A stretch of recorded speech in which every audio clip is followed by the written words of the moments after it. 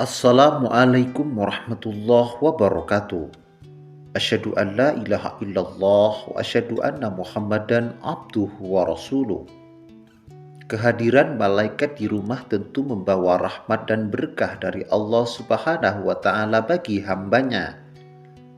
Jadikanlah rumah kita sebagai tempat yang nyaman untuk tinggal bersama keluarga, sekaligus tempat yang sering didatangi malaikat pembawa rahmat. Allah Subhanahu wa taala telah menugaskan para malaikat mengunjungi rumah-rumah umat muslim. Kehadiran para malaikat di rumah tentu diidamkan seluruh orang beriman. Namun malaikat tidak asal singgah di suatu rumah jika di dalamnya tidak diisi dengan kebaikan dan ketakwaan kepada Allah Subhanahu wa taala. Malaikat dapat diundang ke rumah dengan banyak cara. Hal pertama yang harus diperhatikan adalah menjaga iman kepada Allah Subhanahu wa taala. Dengan menjadi hamba yang beriman kepada Allah, tentu segala hal yang baik-baik akan diberikan kepada kita dan keluarga kita.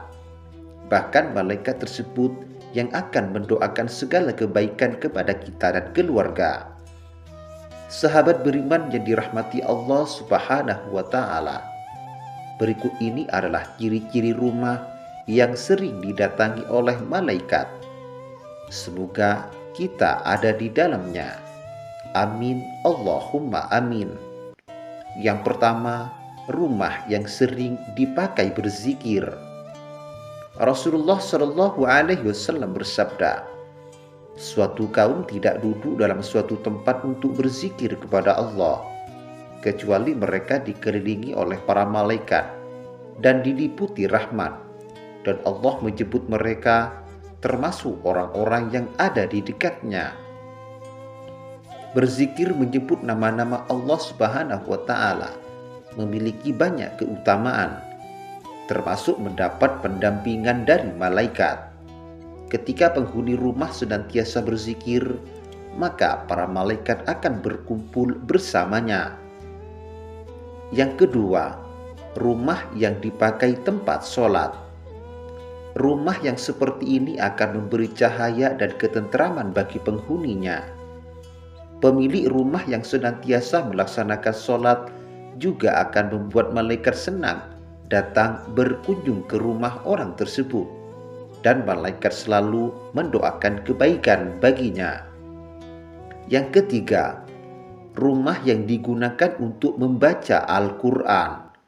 Rasulullah Shallallahu Alaihi Wasallam bersabda, sesungguhnya rumah yang di dalamnya dibacakan Al-Quran, maka lapanglah penghuninya, banyak kebaikan, malaikat menghadirinya, dan setan-setan meninggalkannya.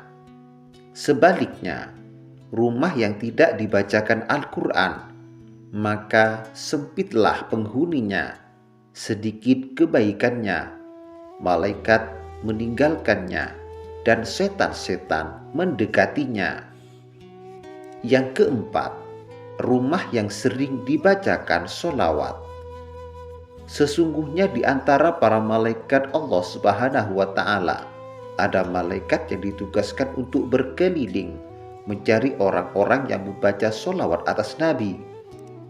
Rasulullah Shallallahu Alaihi Wasallam bersabda, sesungguhnya di bumi ada malaikat yang berkeliling dengan tujuan menyampaikan sholawat umatku kepadaku. Apa yang dilakukan para malaikat tersebut ketika mereka mendapatkan orang yang membaca sholawat? Mereka akan menyampaikan sholawat itu kepada Rasulullah Shallallahu Alaihi Wasallam dan lalu mengembalikannya kepada yang membacanya dengan membawa rahmat, keselamatan, dan keberkahan yang berkali lipat untuknya. Yang terakhir, rumah yang sering dikumandangkan azan. Azan dipergunakan sebagai pemberitahuan masuknya waktu sholat. Namun, kalimat azan juga memiliki banyak keutamaan. Rasulullah Shallallahu Alaihi Wasallam bersabda, apabila azan dikumandangkan, setan lari terkentut-kentut sehingga dia tidak mendengarkan azan. Setiap azan yang dikumandangkan akan didengar oleh semua makhluk sejauh suara kita, dan tidak terkecuali pula para malaikat Allah Subhanahu wa Ta'ala. Demikian kajian kali ini. Semoga bermanfaat dan barokah bagi kita semua. Wassalamualaikum warahmatullahi wabarakatuh.